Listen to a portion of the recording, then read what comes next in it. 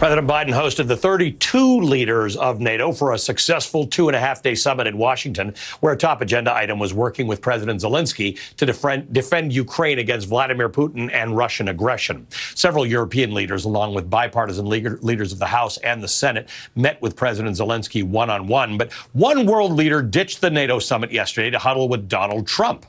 Hungarian Prime Minister Viktor Orban, who has opposed helping Ukraine secure its border and refused to sign the Ukraine compact, left Washington yesterday and traveled to meet Donald Trump at Mar-a-Lago. This comes less than a week after Orban met with Russian President Putin in Moscow. Orban claimed last night Trump will bring, quote-unquote, peace and solve Russia's invasion of Ukraine, which could be solved at any time, by the way, by Vladimir Putin withdrawing Russian forces from Ukrainian territory. 3 days after Orban went on his mission to Moscow, Russian forces launched an airstrike against Ukraine's largest children's hospital in a daytime assault that killed at least 43 people in Ukraine. President Biden talked extensively yesterday about disrupting the growing coordination between bad actors like Russia, North Korea, Iran, and China. And as you listen to it, I want you to keep in mind who Trump's pal Orban visited with right before he visited Donald Trump: Putin. The issue is that we have to make sure that she understands there's a price to pay for undercutting both the Pacific Basin as well as Europe, and it relates to Russia and dealing with Ukraine.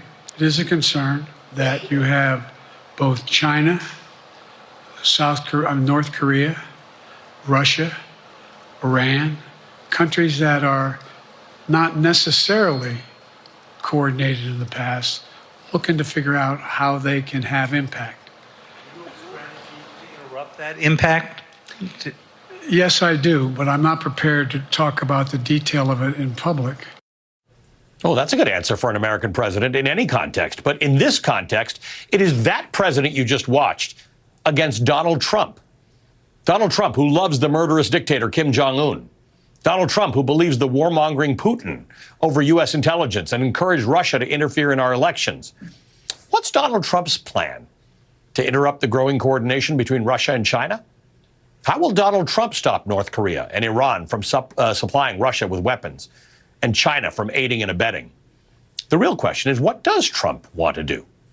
Joining us now is retired United States Navy Admiral and former NATO Supreme Allied Commander James Stavridis. He's MSNBC's chief international security and diplomacy analyst and co-author of the book 2054, a novel. Admiral, it is great to see you again. Thank you for being with us. What a moment, first of all, looking at the 75th anniversary of NATO, a bigger NATO than the one over which you were the Supreme Commander. An expansion of the world's most important and most powerful military alliance. That's Earth 1. Earth 2 is Orban, who's a member of NATO, going off and talking to Vladimir Putin, against whom NATO is sort of fending off the invasion of Ukraine. I don't even know what to say about this. Well, let's start with another count against Viktor Orban, who I know well from my time as Supreme Allied Commander. He stood in opposition to adding Sweden and Finland to the alliance. Ali, these are two brilliant turnkey militaries who delivered 600 miles of border against Vladimir Putin's Russia. So Orban is someone who's clearly in the pocket of Vladimir Putin. Now he's spending time down in Mar-a-Lago. It all looks very suspicious and, frankly, unsettling to the alliance of which Orban supposedly is a leader. Generally speaking, outside of times of war, the American public has not had a real good chance to evaluate why the survival of NATO, the strength of NATO, the expansion of NATO are really important issues. You and I have talked about this many times. The only time the Mutual Defense Treaty of NATO was invoked was after 9/11, when the other NATO countries said, America, we've got your back on this. Why should Americans care right now about NATO and what people have to say about it? I'll give you three crucial reasons. One you just mentioned, it's military capability. If you look at the other nations of NATO, outside the United States, collectively, that's the Europeans essentially, collectively, it's the second largest defense budget in the world. Their defense budget collectively is well above that of China.